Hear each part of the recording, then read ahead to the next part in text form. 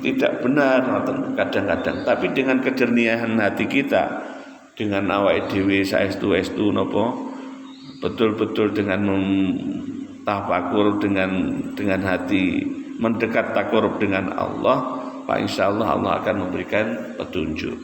Maka ada berbagai macam istikharah.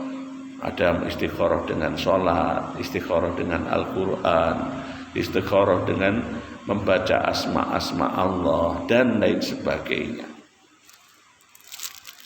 Jadi makalah yang ke-23 dan 43 ini, mani tasoma bi aqlihi dhalla, orang yang berpegang teguh kepada akalnya akan sesat.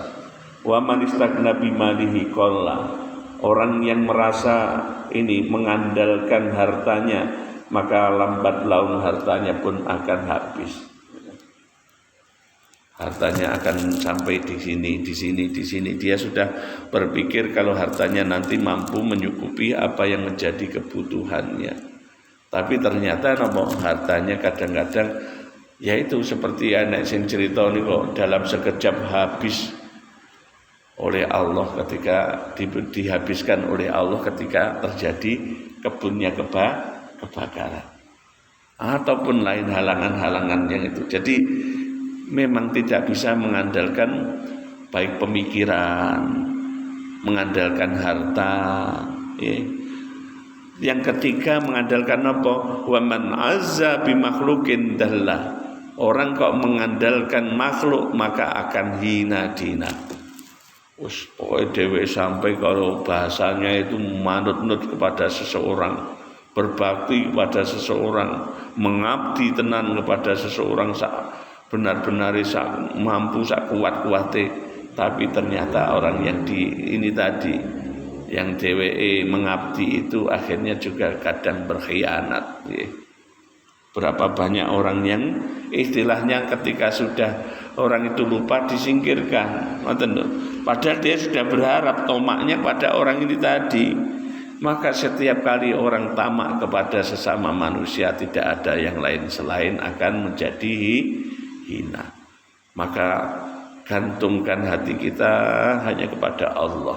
Dalam artian apa? Berharap kepada Allah. Dalam doa-doa, orang yang tidak mau berdoa itu termasuk tanda-tanda dia kurang atau tidak tamak kepada Allah. Banyak mengandalkan pada diri sendiri atau kemampuan akalnya. Tapi kalau orang yang banyak berdoa, mendekat benar kepada Allah, sampai mepet-mepet bosan itu kepada Allah, dengan banyak menghibah, merintih dan lain sebagainya kepada Allah, tentulah Allah akan memuliakannya. Ini penting, awake dhewe niki kok jadi sandarane kudu Gusti Allah ngoten lho. Karena apa terbuktilah kita niku mungkin dalam perjalanan kehidupan masing-masing, saya yakin semua yang hadir di masjid ini, baik bapak-bapak maupun ibu-ibu, pernah suatu saat itu berharap kepada seseorang nanti yang akan membantu dirinya, yang akan memberikan kemudahan bagi dirinya. Tapi kenyataannya tidaklah demikian. Karena ketika kita bergantung kepada orang lain ini, Gusti Allah cemburu. Gusti Allah cemburu. Kamu mau lebih banyak ini menggantungkan kepada manusia, padahal manusia itu tidak akan mungkin bisa mencukupi apa yang menjadi hajatmu. Kudune kamu kembali kepada diriku, kata Allah. Seharusnya kamu adalah menggantungkan pada diriku. Seharusnya kamu banyak berdoa kepadaku. Seharusnya kamu banyak melakukan pendekatan kepadaku. Makanya termasuk tanda orang yang diberikan oleh Allah kemuliaan itu dari dipahami dari ini adalah orang yang mengandalkan Allah Subhanahu wa ta'ala. Nah, jadi orang yang mengandalkan Allah itu adalah ciri-ciri orang yang mulia. Kalau masih mengandalkan makhluk, itu tanda-tanda masih belum mulia. Wa man azza bi makhluqin dalla. Bapak Ibu rahimakumullah, kita lanjutkan makalah yang tadi yang 43 44. An ba'dil hukama'i, dari sebagian hukama, humul ladina kunu qaulun wa filum muwafaqan lis-sunnah. Siapa ahli bijaksana itu? Yakni mereka-mereka yang ucapan dan perbuatannya sesuai dengan sunnah baginda Nabi Muhammad sallallahu alaihi wasallam. Dari Kanjeng Nabi ini iso dititeni napa kemawon. Nggih. Tontone mawon sarene namung dilut. Nggih. Nah orang-orang yang niki ahli hikmah ngoten berusaha tidurnya sedikit. Kanjeng Nabi jarang untuk 2 hari atau 3 hari makan gandum terus-terusan yang enak ini buat nate. Tapi Kanjeng Nabi kaya. Dalam Syama'il al-Muhammadiyah disebataken mekaten. Kalau ada orang yang datang membawa kerai, bawa apa wowohan yang kecil pentil-pentil yang ada dari desa, itu Kanjeng Nabi langsung nanti maka apa? Pak Tony, Kanjeng Nabi memberikan kepadanya apa? 1 genggam daripada khulyatan, dari ghanimah. Pernah suatu saat yang namanya seseorang datang kepada Kanjeng Nabi memberikan hadiah, yaitu wowohan dari kampung. Setelah itu datang yang namanya rampasan dari Bahrain. Akhirnya orang tersebut diambilkan 1 cawuk dari genggaman beliau niku, padahal genggaman beliau niku besar banget. Jari-jarinya besar. Cawuk 1 genggam emas itu dahaban itu diberikan. Jadi sampai akhirnya ada yang menyatakan bahwasannya kalau ada orang yang mengatakan baginda Nabi miskin itu termasuk orangnya kafir itu rada keras ini. Ya. Kalau Kanjeng Nabi diarani apa miskin itu. Makanya kalau ada kata-kata miskin itu Allahumma ini miskinan wahsyurni ma miskin, dan kata-kata redaksinya yang saya lupa itu ya. Itu maksudnya miskin di situ adalah sakinah, ketenangan, bukan miskin orang duwe. Ya Allah, jadikanlah diriku itu senantiasa damai. Nek basa Jawane ayam tentrem. Sing dimaksud ngono. Mirano gurunya Imam Nawawi mengatakan itu tadi, nek wong ngarani Kanjeng Nabi miskin. Kalau miskin beliau tidak bisa memberikan apapun. Tapi memang demikian, tapi kadang-kadang 2 hari tidak makan itu. Tapi kalau ada apapun diberikan orang. Masya Allah. Okay. Nanti kan niki hukama samratul ma'rifati salasu khisalin. Buah dari orang yang mengenal Allah, sifatnya Allah itu ada 3 macam. Salasu khisalin. Jadi orang makrifat dicirikan 3 hal. Yang pertama al-haya'u minallahi ta'ala.